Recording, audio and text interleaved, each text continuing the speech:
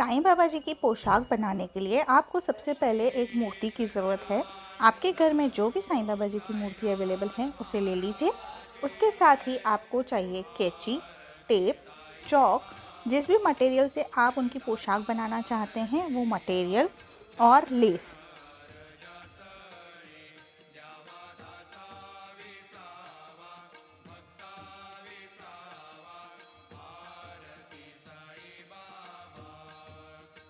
साईं बाबा जी का चोला बनाने के लिए हमें साईं बाबा जी की मूर्ति का एक एग्जैक्ट नाप लेना होगा ताकि हमारा चोला परफेक्ट बने। उसके लिए हम टेप के स्टार्टिंग पॉइंट से जो उनका आसन बना हुआ है, आप देख रहे हैं जिस पे वो बैठे हैं, उस आसन से हम स्टार्ट करेंगे नापना और राउंड घुमाकर उसी आसन के सेंटर पॉइंट तक हम उसे नापेंगे। ये हमारे चोले की लंबाई होगी और ये लंबाई आ रही है 26। अब हम इसकी चौड़ाई को भी नापेंगे। चौड़ाई को नापने के लिए हमें साईं बाबा जी की मूर्ति के बैक साइड से इसका नाप लेना होगा।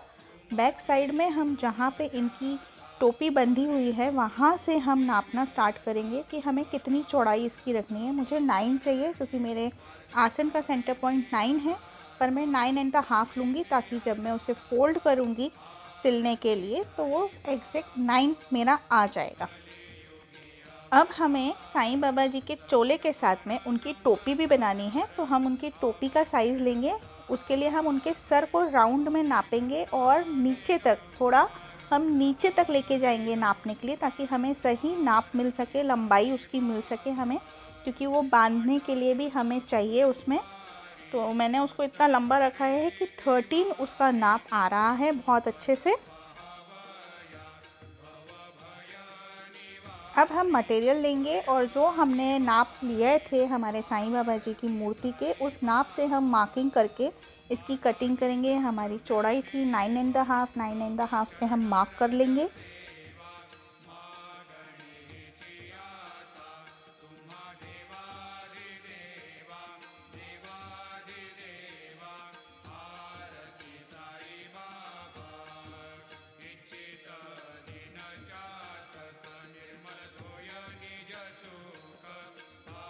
अब हम इसकी लंबाई मार्क कर लेंगे। हमारी लंबाई थी 26 और लंबाई और चौड़ाई मार्क हो जाने के बाद अब हम इसकी फटाफट कटिंग कर लेंगे।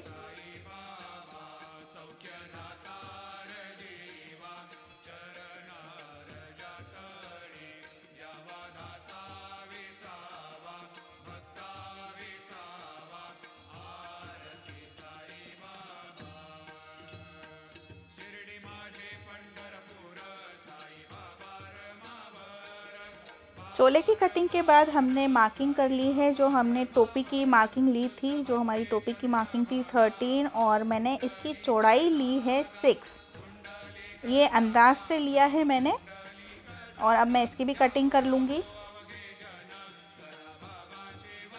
कटिंग हो गई है, कैप की भी कटिंग कर ली है हमने और जो हमारा चोला है उसकी भी कटिंग कर ली है। और इस चोले को और कैप के हम एजेस को फोल्ड करते हुए बहुत अच्छे से सिलाई लगा लेंगे चारों तरफ से।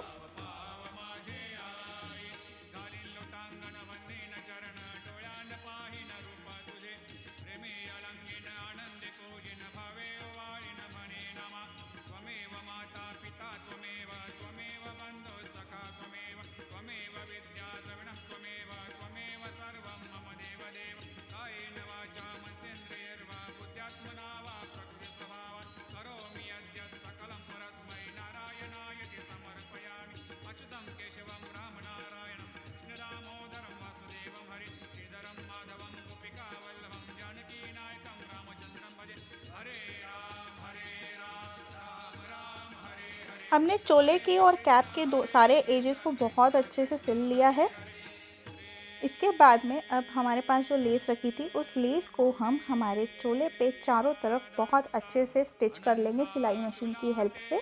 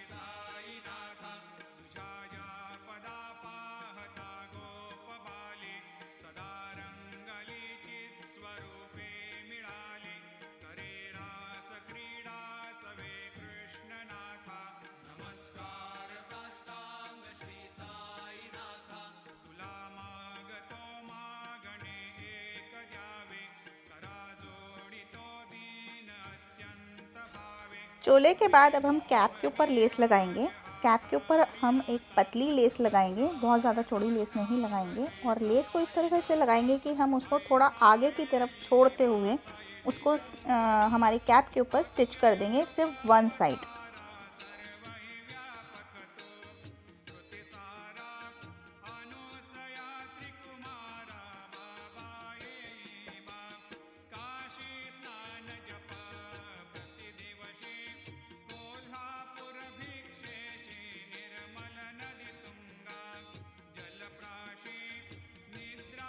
दूसरी साइड भी हम स्टिच करेंगे और उधर से भी हम पहले थोड़ी सी लेस कट छोड़ते हुए कट कर लेंगे।